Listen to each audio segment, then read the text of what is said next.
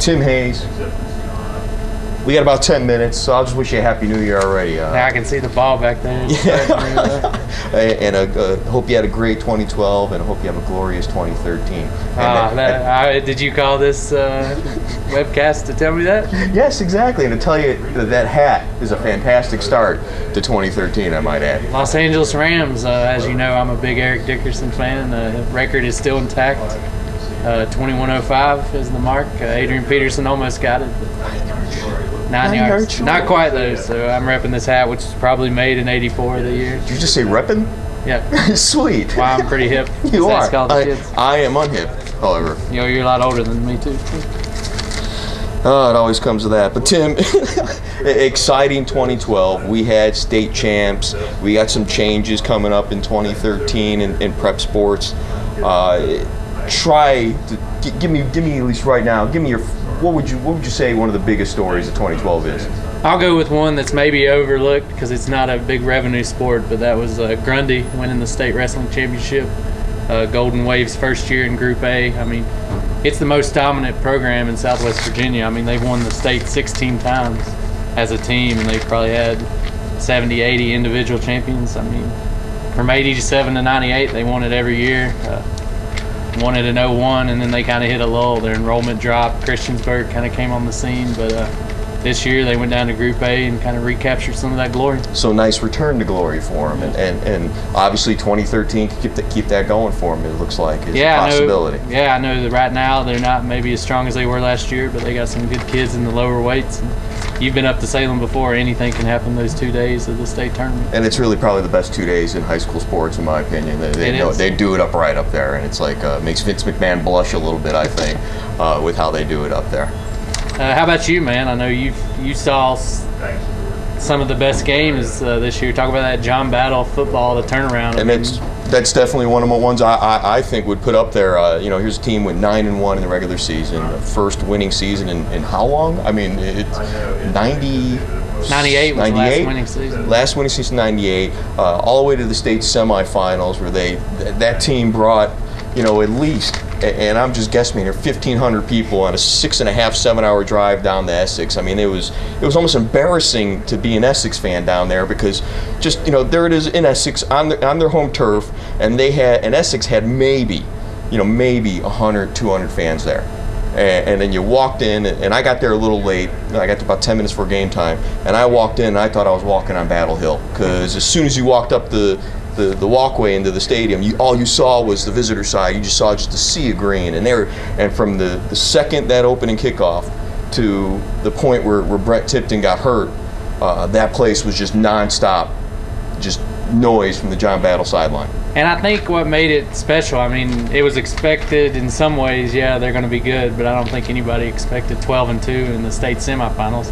No, I remember somebody asked me when we were doing our preseason media days and previews, they said, how do you think Battle will do? And I said, 6-4, 7-3 maybe.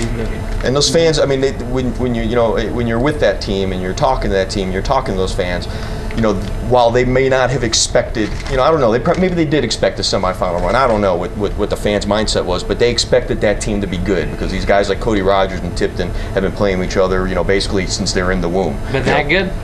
Exactly. I don't know what the fan mindset was, but they expected good things out of that team. If they expected a semifinal run, I don't know, but it was just a really fun thing to watch. It's always neat to see a different team than the usual names that you hear in a district to come out there and win the district and make a nice run like that.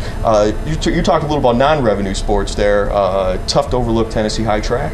Oh yeah, almost won the state championship with 3 competitors. I mean, Jennifer Cannon won 3 events. Ashley Mitchell won the shot put, and they had a Gudger, another one of their athletes. She ran real well. So 3 people and almost won a team title, which no one expected that. That is unbelievable. And in Virginia, you had Brent Sweeney and Nick Huffman both won individual titles over there. So good year for the non-revenue sports as well. Definitely, and those get really often overlooked when you talk about. Speaking of Huffman and Sweeney, just talk about the spring sports, how they did. I mean, in Salem and Radford for the Jubilee was just packed with Southwest Virginia teams. Unbelievable. I mean, you were there for the East Side against John Battle softball championship.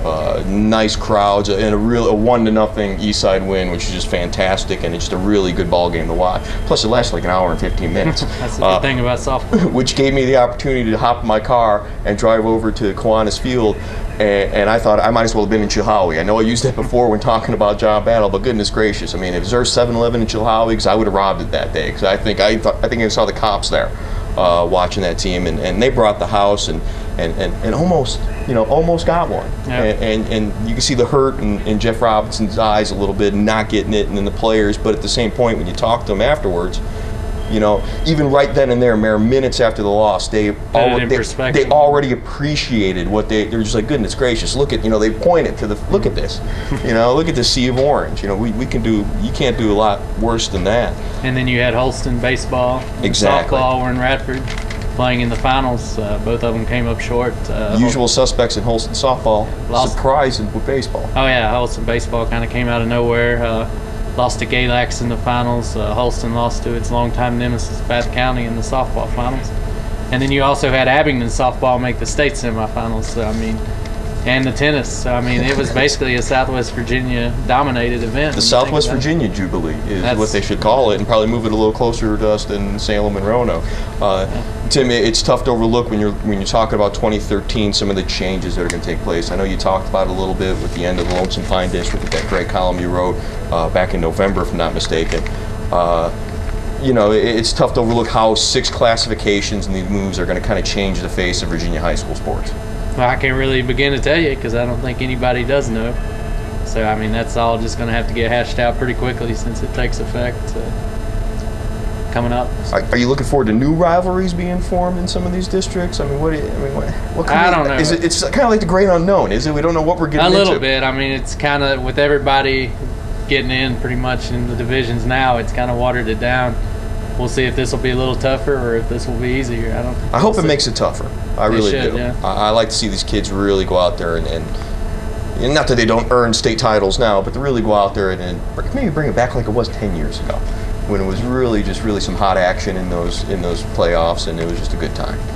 Best game you saw this year? Oh, goodness gracious. Probably the John Battle at Virginia High first football game. John Battle won in that last second pass from Tipton to Matney? Yeah. Yes, from Tipton to Matney, and unreal just to watch one sideline, the Virginia High sideline, just completely deflated, and then that John Battle sideline just erupt in the matter of 4.5 seconds. Incredible. How about you? I'll go with a baseball game. This is a baseball game. It was Chilhowie 29, Giles 18 in the Regency semifinals. I've never seen anything like it. It's like one of those old slow pitch games. Just hit after hit after hit, and it was just phenomenal. And so you've probably seen one of the highest scoring baseball games, and you saw that 18-inning softball game. What was that, 2010, 2011? 2010. Yeah. Hannah Light, Morgan Lowe going at it in the pitchers. So you got both sides of the spectrum. Tim, you got any New Year's resolutions? Probably to get a shave and a haircut. How about you? I'm going to try to not shave and try not to get a haircut. I'm going to grow my hair out long. How can we tell? How can you tell? Because you're old, your hair doesn't grow as much, and you can't grow a beard. Daily, folks, daily. Oh, and speaking one more thing before we go, just talking about the year that was, I know we're talking about high school sports, but how about all the guys on the next level? You had Justin Grimm from Virginia High make his major league debut. And a wonderful debut at that. Yeah, 6 innings, 3 runs against the Astros. You had Jason Witten and Heath Miller both make the Pro Bowl. You had Ahmad Bradshaw win a Super Bowl way back in February. I know this will be the next year, but tomorrow you got Kurt Phillips from Kingsport playing in the Rose Bowl. So, talk about people representing the area on the highest levels. It's pretty impressive. It is for just a small populated area, because I think we cover an area the size of Connecticut, but for a small populated area, and Witten, you can't forget, single season reception leader for tight ends. And like you said, it's not like we're the 757 or Jacksonville, Florida, but still the area has its share of guys, not only in the big leagues or the professional levels, but contributing. And guys that might possibly, who are heading to college that you you think, hey, they might have, well, it's a 1 in, whatever, I don't know what the stat is, but you kind of think, hey, these guys might have a shot at the next level and maybe the level after that. So I shouldn't buy you razors for the holidays? No, I'll probably get rid of this eventually. Well, Tim, any parting words for 2012? It's been a good one. It has. Tim, it's a pleasure as always. One more year down. And hey, thanks for joining us all year, and we'll see you guys. Hey, Happy New Year. It is midnight, so we'll see you guys this year. Thanks, Dick Clark.